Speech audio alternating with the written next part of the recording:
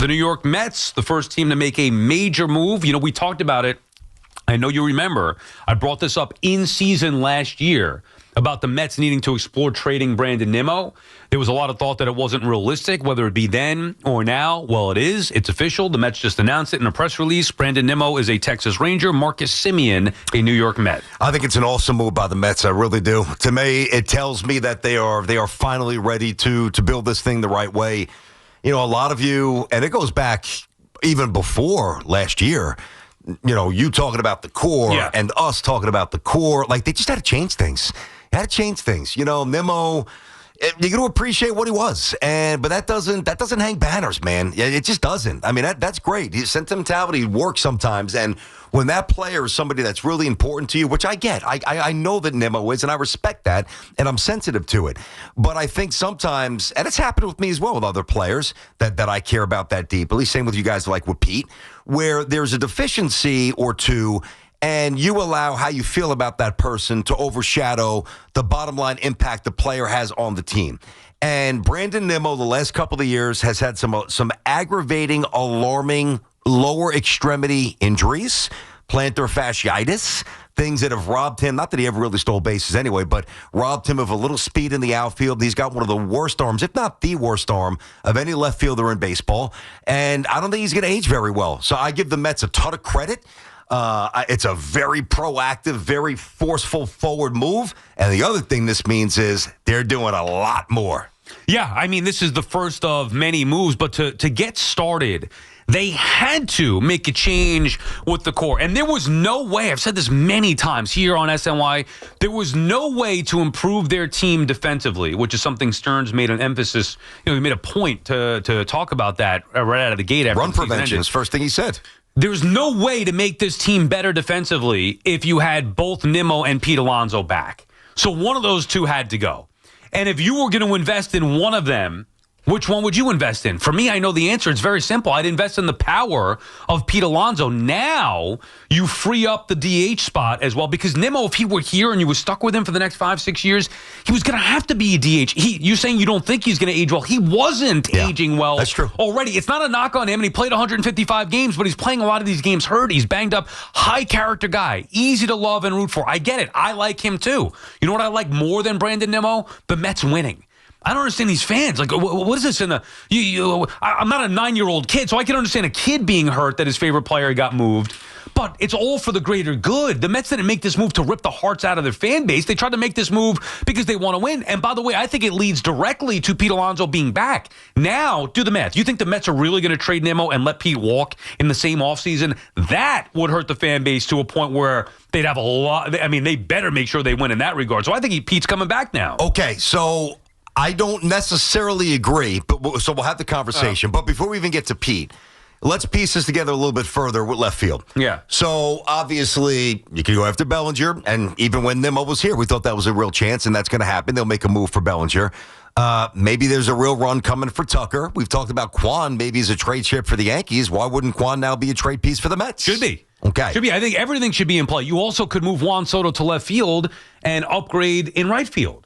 Now, I don't think the Mets are going to go get Tucker. I'd love to see it because he's a well-rounded ball player, but you're going to have to make a major commitment depending on what the market is for him. And they already have that in Soto and Lindor and probably Pete. So, yeah, I just think it opens up. BT, you had to do that. You could not run it back again and just say, well, Soto's in right, Nimmo's in left, Alonso at first, Lindor at short, not to mention what happens at second base. So you upgraded. The Mets are going to upgrade defensively in the outfield with the elimination of Brandon Nimmo. You upgraded second base defensively, definitively with Marcus Semien. Forget offensively. And I still think there's potential and upside offensively, but the guy's a gamer. He's going to put the bat on the ball, he runs, and he plays gold glove defense. Yep. That's what you want as a second baseman who's going to hit toward the bottom of the order. Not to mention the guy's a workaholic. Stuff I was reading about him. He works hard and all that. His work ethic is second to none. Passion. Good clubhouse guy. Yeah, dude. Yeah. Yes. Yeah. So was Nimmo, but understood. But these pieces fit better. It's not a knock on Nimmo, and it's not saying that Semien's the best. You look at their offensive numbers, you would say, well, how the hell are you going to trade Nimmo for Semien? The pieces fit much better. So now, whether it's Kwan, whether it's Tucker or Bellinger, the Mets have a spot in the outfield. Whether it's a trade that we're not discussing, they freed up a spot that was a I'll steal a Gary Cohen term, a net negative in left field. He just was. He can't run. He can't move very well. And offensively, he was inconsistent and declining. And he couldn't go to center field anymore, even in a pinch. God. I mean, that was obviously one of the big problems, and that's what he got paid on, really, as the center fielder. All right, so a lot of people, and it's just, and I get it, but it's a very shallow thought process. Like, they didn't, even though literally they did, it's not a Simeon for Nimmo trade.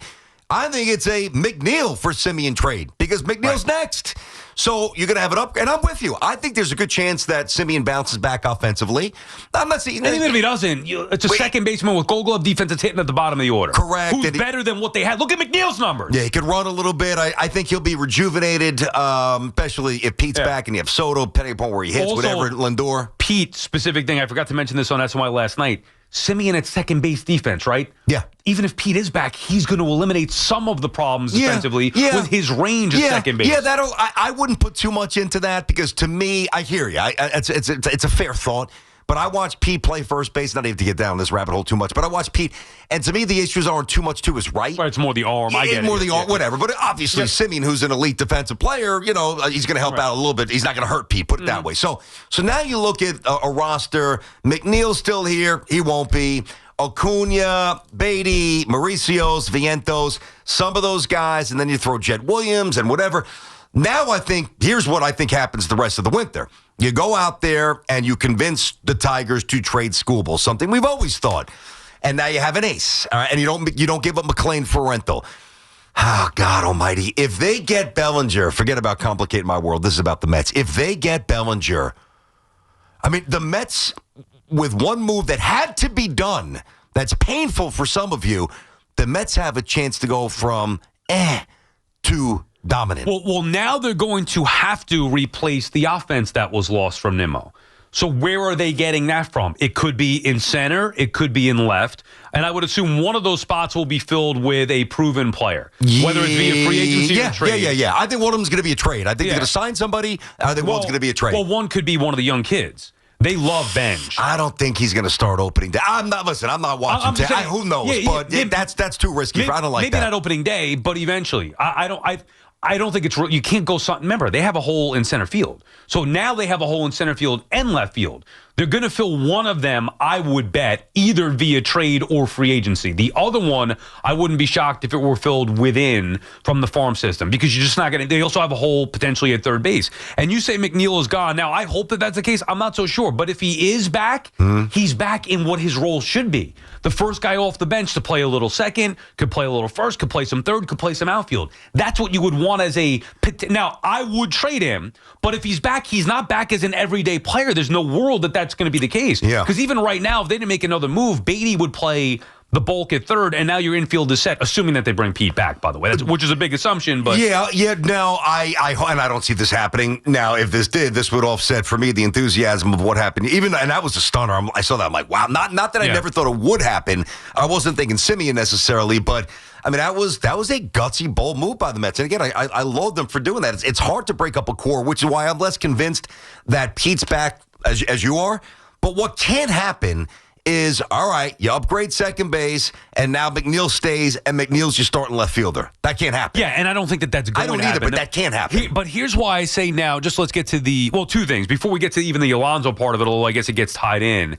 The other thing that I love about this move is that Cohen did not get involved with the sentimental feel. Yep, the Cohen family loved Nimmo, as you should. Nimmo's a great dude. I had the opportunity to interview him. It was one of those. I did the show from the Amazing Day Fan Fest, and we had Nimmo, Beningo, and I had Nimmo on with us, and we talked to him for a while, and he was just high character. And we've heard this stuff for a while, but getting to talk to him on the air, he was open and honest and accountable. And by the way, he had plenty of opportunity, and he never once was an all-star with the Mets. And every year was supposed to be, this is going to be the year he's going to be an all-star. This is going to be, and it just never happened. So he had opportunity, but such a great guy, high character guy. You could understand why the family loved him. And to have the family approve a trade, which I'm sure was not easy for the Cohens, that shows that they're in the right mindset to build a good baseball team. Well, and that's why you bring in somebody from a different organization, provided you think that they're a really shrewd and sharp mind, because now the loyalty, and I'm sure Stearns, respects Nimmo, respects his grit, respects his hustle.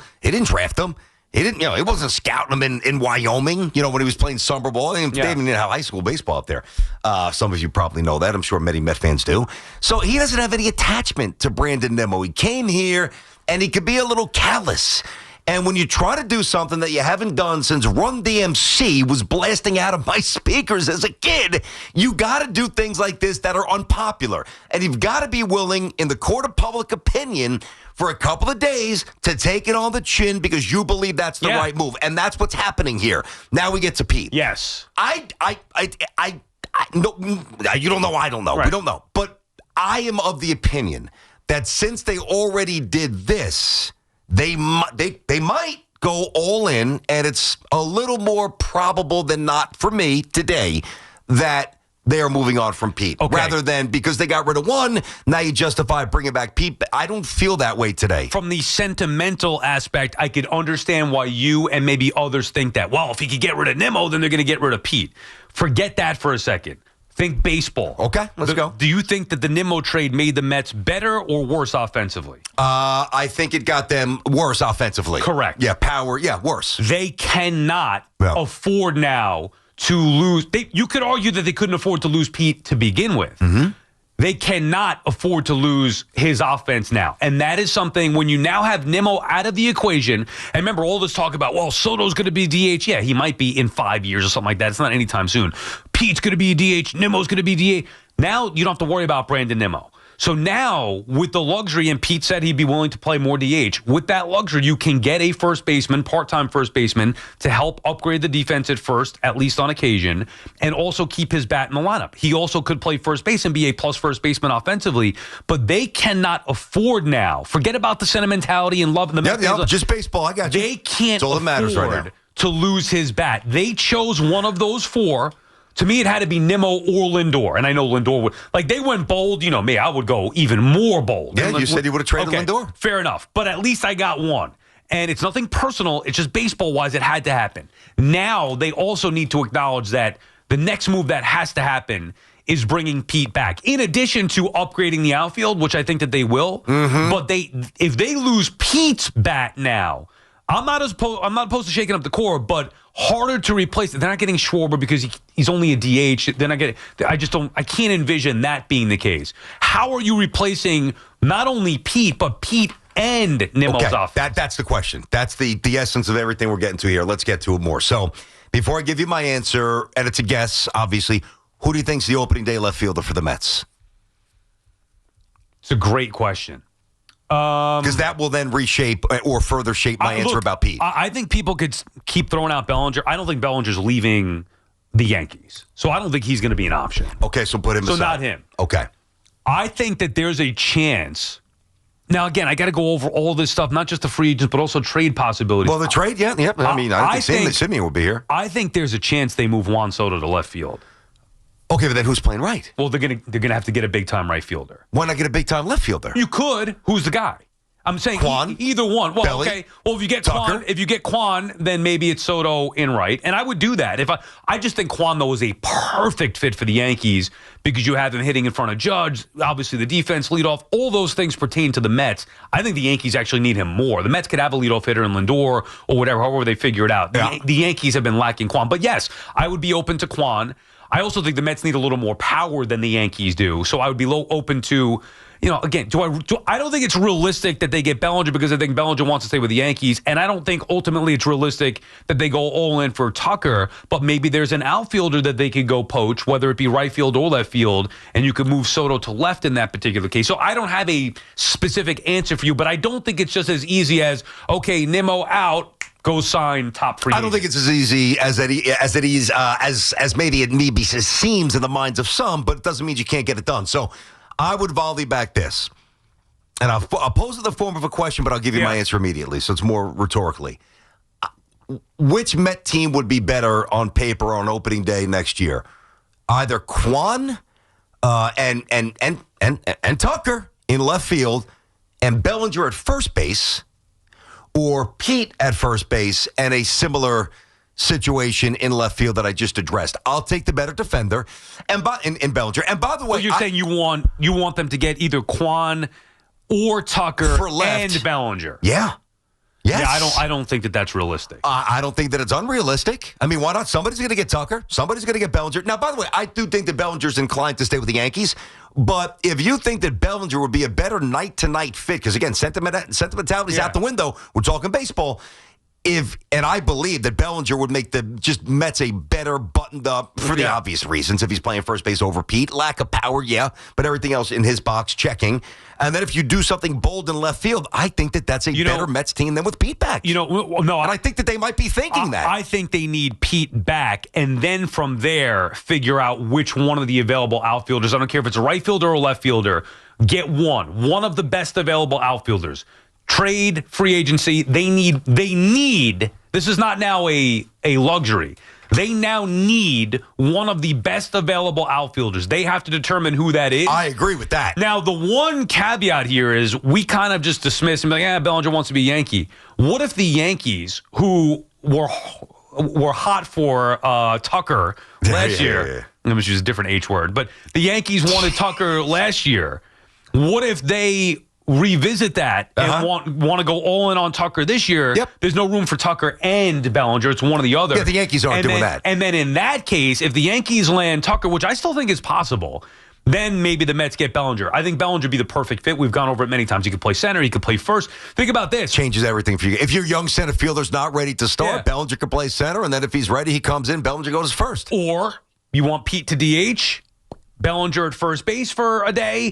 You can figure out the outfield. You get Tyrone Taylor a little action, one of the young guys, whatever. Bellinger is such a great fit for multiple teams because he plays multiple important positions. Could give Soto a day off and there's so many. If I could pick one, it'd probably be Bellinger would be the guy that I want. But Alonso's got to be back to me in any equation now, specifically with no more Nimmo. Because if they let Pete go, I can make a case that you need Nimmo to just be the DH and at least keep his bat healthy and in that Not if you let Vientos be the DH, who can't pick it a third or play the outfield or play first base. But he can't hit either. I mean, that's part of the problem. I know. So who's the real Vientos? Is it the guy who was scuffling this year or the guy who looked like an all-star in the postseason 2 years ago? I don't know. Probably somewhere in between. Point is, BT, this was a great move. It was fantastic. It was the first move, the first domino that when I saw that, and I guess I tweeted like 5 or 6 days ago, I'm like, and we've talked about this, so I just threw it on social media. We fully expected big changes. I didn't know that Nimmo would be the first one out the door. It is bold. It is proactive. I think it's really smart. Now you've got to do the other things, which I know they are fully willing and chasing to do.